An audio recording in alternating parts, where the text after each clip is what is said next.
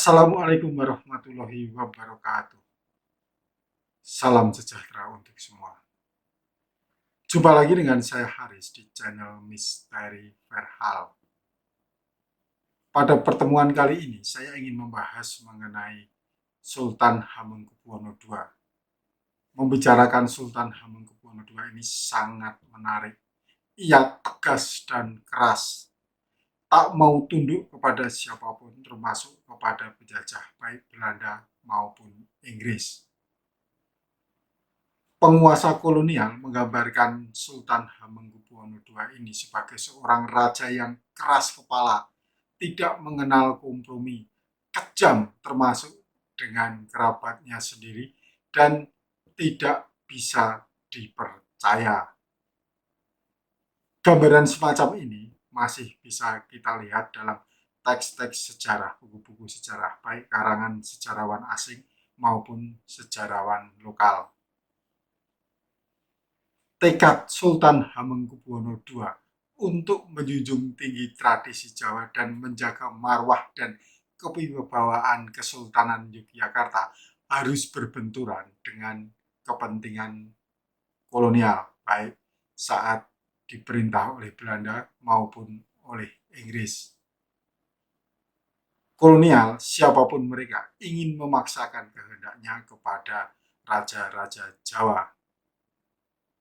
Akibat sikap kerasnya Sultan Hamengkubuwono II yang tidak mau berkompromi dengan para penjajah ini, menyebabkan ia pernah 2 kali diturunkan tahtanya, yaitu pada tahun 1811 oleh Daendels dan tahun 1812 oleh Raffles. Hamengkubuwono II juga pernah 3 kali diasingkan, yaitu di Penang tahun 1812, di Ambon tahun 1817, dan di Surabaya tahun 1825. Ia juga 3 kali naik tahta. Naik tahta menjadi Raja Yogyakarta ya maksudnya ya. Bagaimana sepak terjang Sultan Hamengkubuwono II ini? Simak tayangan sampai akhir agar teman-teman mendapatkan gambaran yang menyeluruh dan komprehensif mengenai profil Sultan Hamengkubuwono II ini. Sultan Hamengkubuwono II lahir pada Sabtu Legi, tanggal 7 Maret tahun 1750 di lereng Gunung Sindoro, Kedu Utara. Ia diberi nama Raden Mas Sundoro sesuai dengan nama tempat kelahirannya yang berada di lereng Gunung Sindoro. Raden Mas Sundoro adalah putra Pangeran Mangkubumi yang kemudian menjadi raja pertama di Kesultanan Yogyakarta pada tahun 1755 dengan gelar Sultan Hamengkubuwono pertama. Meskipun berstatus sebagai putra raja, masa kecil Raden Mas Sundoro tak seperti pangeran pada umumnya. Pada saat dilahirkan, ayahnya sedang bergerilya melawan VOC dan Kerajaan Mataram di bawah Sunan Pakubuwono III. Medan perang Mangkubumi yang terbentang dari Kedu di utara sampai pesisir selatan dan dari Banyumas di barat hingga Madiun di timur membuat Raden Mas Sundoro hampir tidak pernah bertemu dengan ayahnya. Sejak lahir hingga usia 5 tahun, Raden Mas Sundoro diasuh oleh ibunya, Kanjeng Ratu Kadipaten, Permaisuri kedua Pangeran Mangkubumi. Dengan ditandatangannya Perjanjian Giyanti tanggal 13 Februari tahun 1755, Kerajaan Mataram dibagi menjadi 2. Sebagian kerajaan ini tetap dikuasai oleh Sunan Pakubuwono III yang bertahta di Surakarta, dan sebagian lagi diperintah oleh Mangkubumi yang menjadi raja baru. Kerajaan yang baru diberi nama Kesultanan Yogyakarta, dan Pangeran Mangkubumi diangkat sebagai raja pertama yang bergelar Sultan Hamengkubuwono I. Sejak saat itu, Raden Mas Sundoro mulai tinggal di keraton dengan status sebagai seorang putra raja. Raden Mas Sundoro ditunjuk sebagai putra mahkota pada tahun 1758 saat ia di Hitan. Sultan Hamengkubuwono I senang dengan sifat keras dan tegas Raden Mas Sundoro akibat hidup di pengungsian. Sifat ini berbeda dengan dua putra dari permaisuri pertama, Gusti Kanjeng Ratu Kencono, yang dianggap tidak memenuhi syarat sebagai putra mahkota. Sebenarnya, pengukuhan Raden Mas Sundoro sebagai putra mahkota ditentang oleh VOC yang menyadari jika Sundoro tidak suka dengan kehadiran mereka. Raden Mas Sundoro mulai menyadari bahwa Perjanjian Giyanti tahun 1755 maupun Perjanjian Semarang tahun 1774 merugikan kerajaan. Kekuasaan dan wilayah Raja Jawa semakin sempit. Sebaliknya, wilayah VOC menjadi semakin luas. Tekanan ekonomi dan politik VOC semakin intensif ketika kondisi fisik raja-raja Jawa, baik Sultan Hamengkubuwono I maupun Sunan Pakubuwono III semakin merosot setelah tahun 1780. Hal ini membuat Raden Mas Sundoro makin membenci orang-orang asing. Sultan Hamengkubuwono I menyadari hal ini. Ia berharap Raden Mas Sundoro mampu mempertahankan kewibawaan dan menjaga keutuhan wilayah Kesultanan Yogyakarta dari ancaman dan rongrongan pihak asing. Setelah diangkat menjadi putra mahkota, langkah pertama yang diambilnya adalah melindungi Keraton Yogyakarta terhadap ancaman VOC. Ancaman VOC semakin besar dengan pembangunan benteng Rustenburg oleh Komisaris Nicholas Hastings pada tahun 1765. Ketika benteng Rustenburg jadi pada tahun 1785, Raden Mas Sundoro meminta izin ayahnya untuk membangun tembok baluwarti yang mengelilingi alun-alun, baik utara maupun selatan Keraton Yogyakarta. Di bagian depan bangunan ini diperkuat dengan pemasangan 13 buah meriam yang arahnya menghadap benteng Rustenburg. Pembangunan yang dimulai pada tahun 1785 itu terus berlangsung hingga Raden Mas Sundoro naik tahta menjadi Sultan Hamengkubuwono II. Ketika Sultan Hamengkubuwono I wafat pada tanggal 24 Maret tahun 1792, Gubernur Pantai Timur Laut Jawa Peter Graat van Overstraeten mengukuhkan dan melantik Raden Mas Sundoro sebagai Sultan Hamengkubuwono II pada tanggal 2 April tahun 1792. Setelah dilantik menjadi raja, Sultan Hamengkubuwono II menginginkan Kesultanan Yogyakarta menjadi kerajaan Jawa yang besar, berwibawa dan disegani oleh penguasa lain, termasuk oleh orang Eropa. Kesultanan Yogyakarta menjadi penegak dan pendukung utama tradisi budaya yang berkembang di tanah Jawa. Ia pun bertekad untuk menolak semua intervensi Belanda yang mengakibatkan merosotnya kewibawaan Raja Jawa dan berkurangnya wilayah kekuasaan. Konflik pun muncul tak lama setelah pelantikan. Gubernur van Overstraeten meminta kepada Sultan Hamengkubuwono II agar dalam setiap acara pertemuan dengan Sultan, kursinya disejajarkan dan diletakkan di sebelah kanan kursi Sultan. Hamengkubuwono II beranggapan bahwa ia harus menghormati orang yang duduk di samping kanannya pada forum resmi di depan semua kerabat dan rakyatnya. Sultan Hamengkubuwono II dengan tegas menolak tuntutan Overstraeten itu. Overstraeten melaporkan hal ini ke Batavia. Tetapi saat itu VOC di Batavia sedang mengalami kesulitan keuangan dan menghadapi blokade Inggris.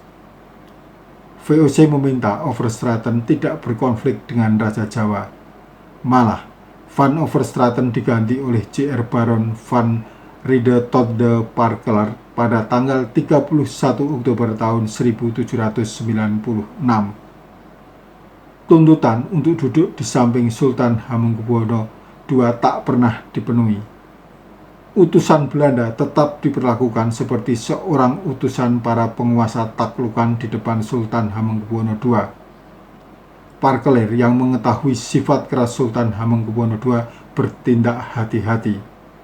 Ia dilarang membuat konflik baru karena Belanda tengah menghadapi krisis keuangan akibat perang Eropa yang semakin meluas. Kondisi berubah setelah Herman Willem Daendels menjabat gubernur Hindia Belanda pada tanggal 14 Januari tahun 1808. Pemerintahan pantai timur Laut Jawa dibubarkan. Semua raja pribumi di Jawa tunduk kepada Raja Belanda Louis Napoleon yang berada di bawah perlindungan Kaisar Napoleon Bonaparte.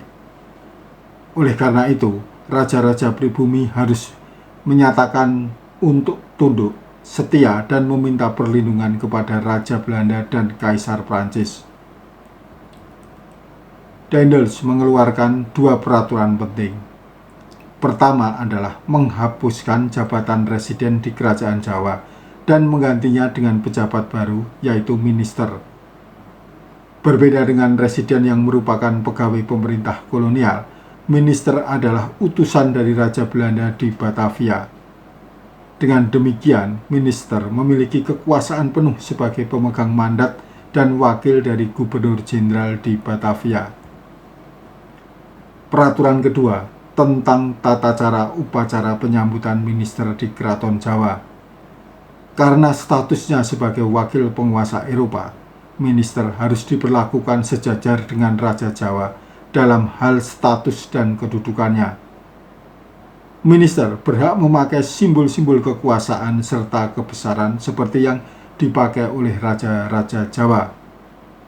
Minister juga tidak perlu melakukan aturan menurut tradisi Jawa yang merendahkan martabatnya, seperti melepas topi, bersila, dan duduk lebih rendah dari raja, atau mempersembahkan sirih dan tuak kepada Raja Jawa. Peraturan itu ditolak oleh Hamengkubuwono II. Ia tetap memperlakukan minister Yogyakarta, Peter Engelhard, sebagai residen sebelumnya. Ia diperlakukan seperti residen-residen yang dahulu, harus duduk di bawah Sultan. Ketika Engelhard meminta agar Hamengkubuwono II menjalankan perintah baru itu, Sultan tak mau menemui. Engelhard melaporkan ke Daendels. Daendels berang. Ia mengumpulkan pasukan dan akan ke Yogyakarta. Mendengar kabar ini, Sultan Hamengkubuwono II mengutus Patih Danurejo II untuk menemui Daendels dan mengatakan akan menjalankan aturan baru tersebut. Setelah ribut soal aturan baru, Hamengkubuwono II dan Daendels kembali bersitegang. Daendels ingin mengambil alih hak pengelolaan hutan dan penebangan kayu milik raja-raja Jawa. Hamengkubuwono II murka. Ini adalah sumber pendapatan kerajaan. Menantu Hamengkubuwono II, Raden Ronggo Prawirodirjo, yang menguasai hutan di daerah Madiun hingga Mojokerto, menolak tuntutan tersebut. Raden Ronggo diburu pasukan Daendels dan pada 19 Desember tahun 1810 ia berhasil ditembak mati. Kesal dengan ulah Hamengkubuwono II, Daendels membawa 3.300 tentara mendatangi Yogyakarta.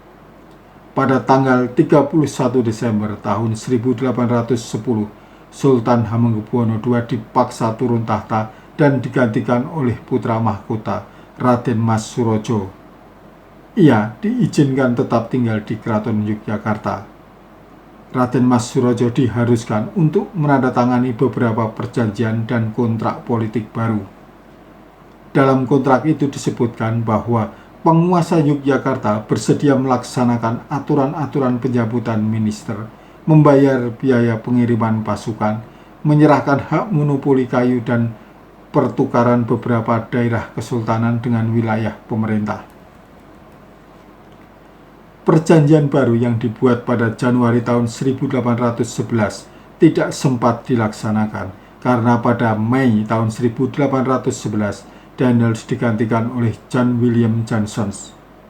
Johnson fokus pada pertahanan Jawa dari serangan Inggris. Johnson tidak mampu menghadapi serbuan Inggris yang mendaratkan pasukannya pada tanggal 4 Agustus tahun 1811. Setelah bertahan sekitar 1,5 bulan, Johnson menyerah pada 18 September tahun 1811 di Tuntang. Sejak itu, Jawa berada di bawah penguasaan kolonial Inggris dengan Thomas Stamford Raffles sebagai Letnan Gubernur Jenderal.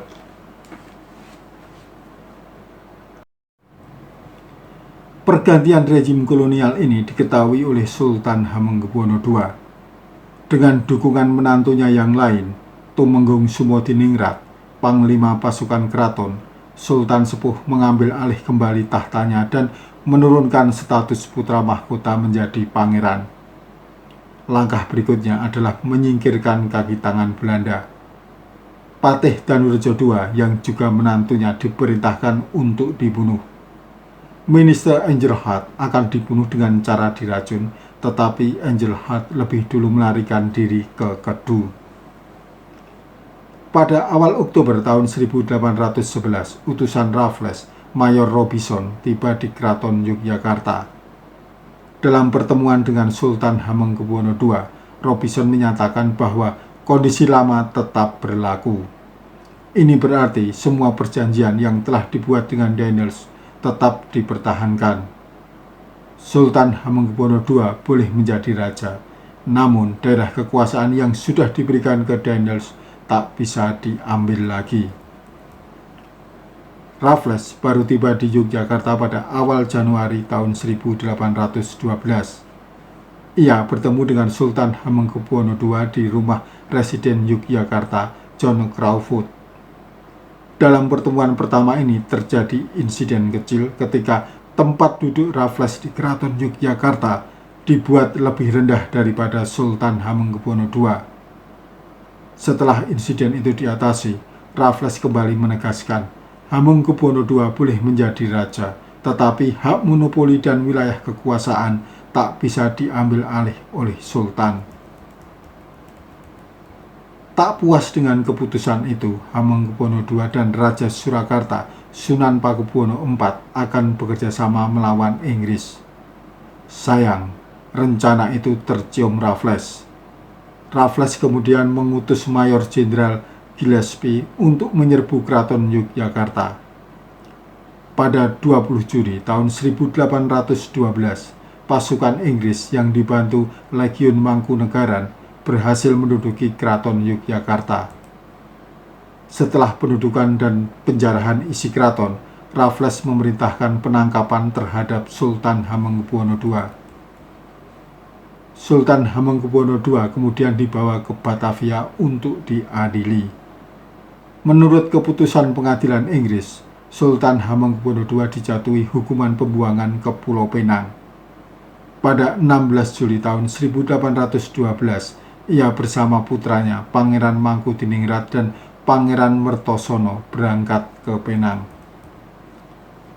Pada awal tahun 1815 di Eropa diadakan Kongres Wina yang dihadiri oleh semua wakil negara Eropa yang terlibat dalam peperangan Napoleon, termasuk Prancis. Salah satu keputusan Kongres itu adalah pemulihan wilayah seperti kondisi sebelum tahun 1795. Dengan adanya kesepakatan ini, Inggris wajib mengembalikan Jawa kepada Belanda. Sebagai konsekuensi keputusan Kongres Wina, Raffles harus meninggalkan Jawa. Agar tidak menimbulkan kesulitan bagi pemerintah Inggris, Raffles mengembalikan semua tawanan, termasuk Sultan Hamengkubuwono II. Sultan Hamengkubuwono II dibawa ke Batavia pada 10 April tahun 1815. Berita kembalinya Hamengkubuwono II ke Batavia didengar oleh bangsawan Yogyakarta. Akhirnya, banyak bangsawan yang datang ke Batavia mengadukan nasibnya. Hal ini membuat jengkel pemerintah Inggris sehingga Hamengkubuwono II tetap ditahan di Batavia sampai penyerahan Jawa ke Belanda. Pada 9 Agustus tahun 1816, Jawa kembali diserahkan ke Belanda.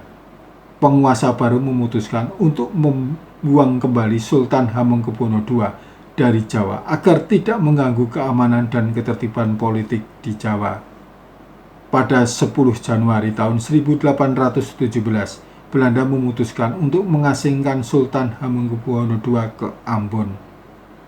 Sultan Hamengkubuwono II berangkat bersama rombongannya pada awal Februari tahun 1817 dengan kapal Naulitius ke Ambon. Rombongan itu tiba di Ambon pada akhir Maret tahun 1817. Hamengkubuwono II langsung dibawa ke Fort Victoria.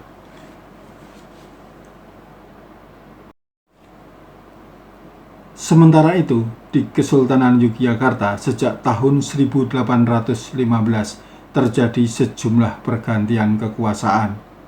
Sultan Hamengkubuwono III mendadak wafat dan digantikan oleh putranya, Sultan Hamengkubuwono IV, yang memerintah sampai tahun 1821. Mangkatnya Sultan Hamengkubuwono IV secara tiba-tiba mengakibatkan kekosongan tahta. Mengingat Sultan Hamengkubuwono V atau Raden Mas Meno masih berumur 2 tahun, pemerintahan sementara dipegang oleh para wali. Krisis politik yang diakibatkan oleh konflik kepentingan, baik di antara para wali sultan maupun antara mereka dan Belanda, diperparah dengan eksploitasi Belanda terhadap pemerintah atau terhadap kerajaan-kerajaan di Jawa. Akhirnya, para wali pada awal Maret tahun 1824 mengundurkan diri. Pengangkatan wali baru yaitu Tumenggung Mertosono tidak menyelesaikan masalah. Saat Tumenggung Mertosono dibawa dari Ambon ke Yogyakarta, Sultan Hamengkubuwono II ikut serta. Tetapi Sultan Hamengkubuwono II tidak diperbolehkan balik ke Yogyakarta dan ditahan di Surabaya. Kondisi Kesultanan Yogyakarta semakin tidak menentu, yang memuncak dengan meletusnya Perang Diponegoro pada tanggal 21 Juli tahun 1825. Untuk meredam gejolak bangsawan Yogyakarta, Belanda kembali melantik Sultan Hamengkubuwono II menjadi raja pada tanggal 18 Agustus tahun 1826 di Istana Buitenjok. Pengangkatan Sultan Hamengkubuwono II menjadi raja ini menyebabkan sejumlah pangeran menyatakan kembali ke keraton. Mereka adalah Pangeran Notoningrat, Pangeran Notoprojo, dan Pangeran Sumowijoyo. Namun, Pangeran Diponegoro tetap melanjutkan perjuangan melawan Belanda. Sejak Oktober tahun 1827, kondisi fisik Sultan Hamengkubuwono terus menurun. Bahkan, kondisinya terus memburuk karena beban batin yang semakin besar. Karena apa? Karena ia harus berhadapan dengan anak dan cucunya sendiri. Akhirnya, setelah mengalami radang tenggorokan, pada tanggal 2 Januari tahun 1828, Sultan Hamengkubuwono II meninggal dunia. Ia dimakamkan di Kota Gede, bukan di pemakaman raja-raja di Imogiri seperti raja-raja Yogyakarta lainnya. Kenapa? Karena saat itu sedang berkecamuk Perang Jawa atau Perang Diponegoro, sehingga tidak memungkinkan menggelar upacara pemakaman sesuai adat kerajaan. Sultan Hamengkubuwono II memberikan keteladanan kepada kita bagaimana menjaga harkat dan martabat serta menjunjung tinggi tradisi dan budaya Jawa. Ia tak peduli dengan resiko yang harus ditanggungnya. Oke teman-teman, episode mendatang kita akan membahas topik lain. Jika teman-teman menginginkan saya membahas sebuah topik khusus, silahkan mengirim pesan ke email misteri.verhal@gmail.com atau cukup menulis message di Facebook dan Instagram yang alamatnya ada di kolom deskripsi atau di sini. Untuk teman-teman yang nggak mau ribet, cukup menulis komentar di kolom komentar yang ada di bawah. Nanti kami yang akan menghubungi kawan-kawan. Jangan lupa ikuti terus channel Misteri Verhal, karena episode mendatang saya akan membawakan cerita atau sejarah-sejarah yang penuh misteri yang mungkin kawan-kawan belum mengetahuinya. Sampai jumpa. Wassalamualaikum warahmatullahi wabarakatuh.